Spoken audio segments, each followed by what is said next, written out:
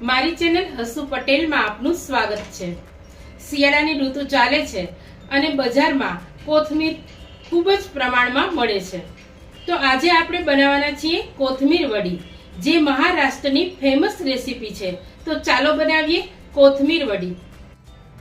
કોથમીર વડી બનાવવા માટે મેં અહીં 1 વાટકો ચણાનો લોટ લીધો છે, અડધી વાટકી દહીં લીધું છે, 2 ટીસ્પૂન સફેદ તલ લીધા છે, અડધી વાટકી ચોખાનો દરદરો લોટ લીધો છે, 100 ગ્રામ કોથમીર લીધી છે, આદુ મરચાં લસણની પેસ્ટ લીધી છે અને સ્વાદ અનુસાર લાલ મરચું પાવડર, હિંગ, ગરમ મસાલો, હળદર અને નિમક લીધું છે, સાથે ખાંડ અને લીંબુ અને અજમો પણ લીધો છે।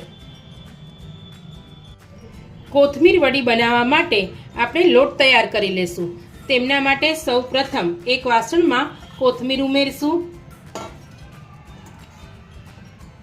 ચણાનો લોટ ઉમેરી દેશું,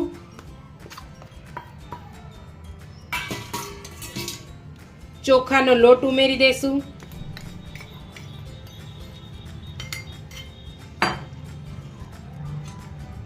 સફેદ તલ ઉમેરી દેશું,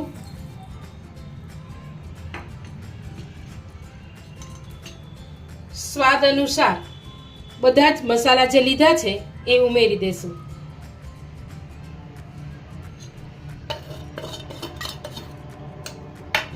આદુ મરચાં લસણની પેસ્ટ બનાવી એ પણ ઉમેરી દેશું।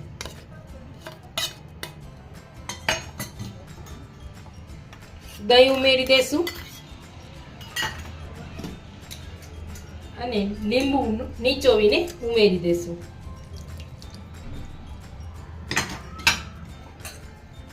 ખાંડ અને અજમો ઉમેરી દેશું। હવે બધું આપણે મિક્સ કરી લેશું।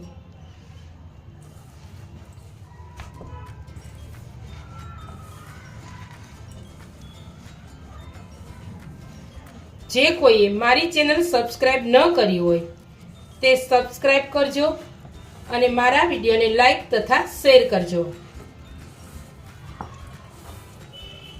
અહીં આપણે ખાસ ધ્યાન રાખવાનું છે કે ચોખાનો લોટ વધારે લેવાનો નથી, એ પાણી શોષે છે અને લોટ છે તે વધારે ડ્રાય થઈ જાય છે, કારણ કે કોથમીર વડીનો લોટ બાંધી અને આપણે તેને હજી સ્ટીમ કરવાના છીએ।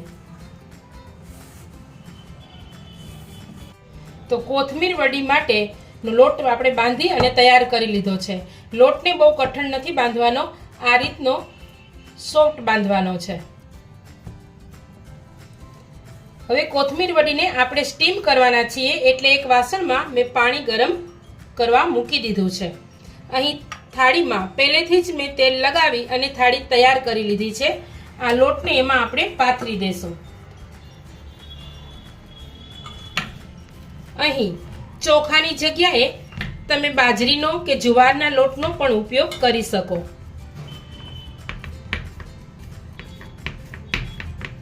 ગરમ કરેલું પાણી છે એમાં આપણે આ ડીશને સ્ટીમ થવા માટે મૂકી દેવાની છે।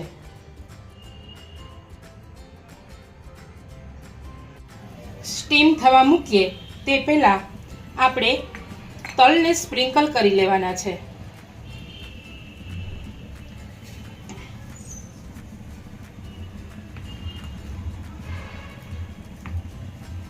પ્રેસ કરી અને સારી રીતે પાથરી દેશું। હવે ડીશને આપણે સ્ટીમ થવા માટે મૂકી દેશું અને 15 મિનિટ માટે આપણે સ્ટીમ થવા દેશું, ત્યાં સુધી તેને ઢાંકીને રાખી દઈએ। 15 મિનિટ થઈ ગઈ છે તો જોઈ લઈએ કે આપણી કોથમીર વડી તૈયાર થઈ ગઈ છે કે નહીં।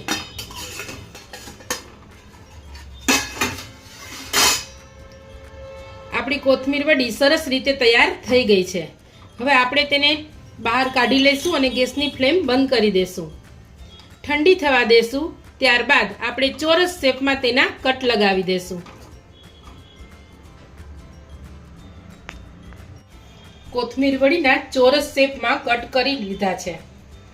હવે આને આપણે તળી લેશું। તળવા માટે એક વાસણમાં મેં તેલ ગરમ થવા માટે મૂકી દીધું છે।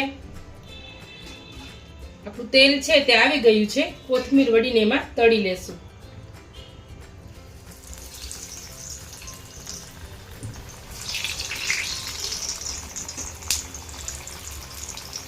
ગેસની ફ્લેમ છે તે મીડિયમ હાઈ પર રાખવાની છે.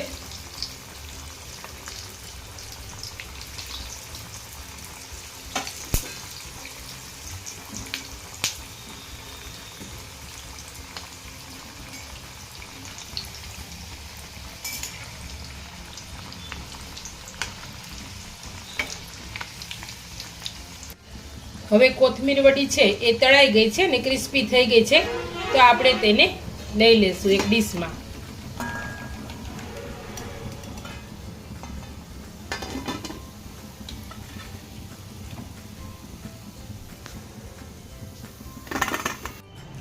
કોથમીર વડી તળાઈ ગઈ છે અને રેડી થઈ ગઈ છે.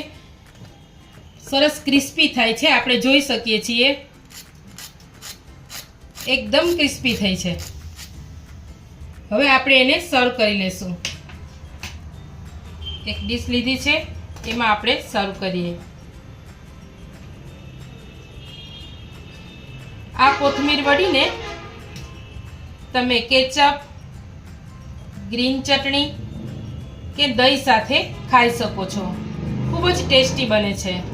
તમે પણ બનાવજો અને કમેન્ટ કરીને મને ચોક્કસ જણાવજો. તો રેડી છે આપણી કોથમીર વડી.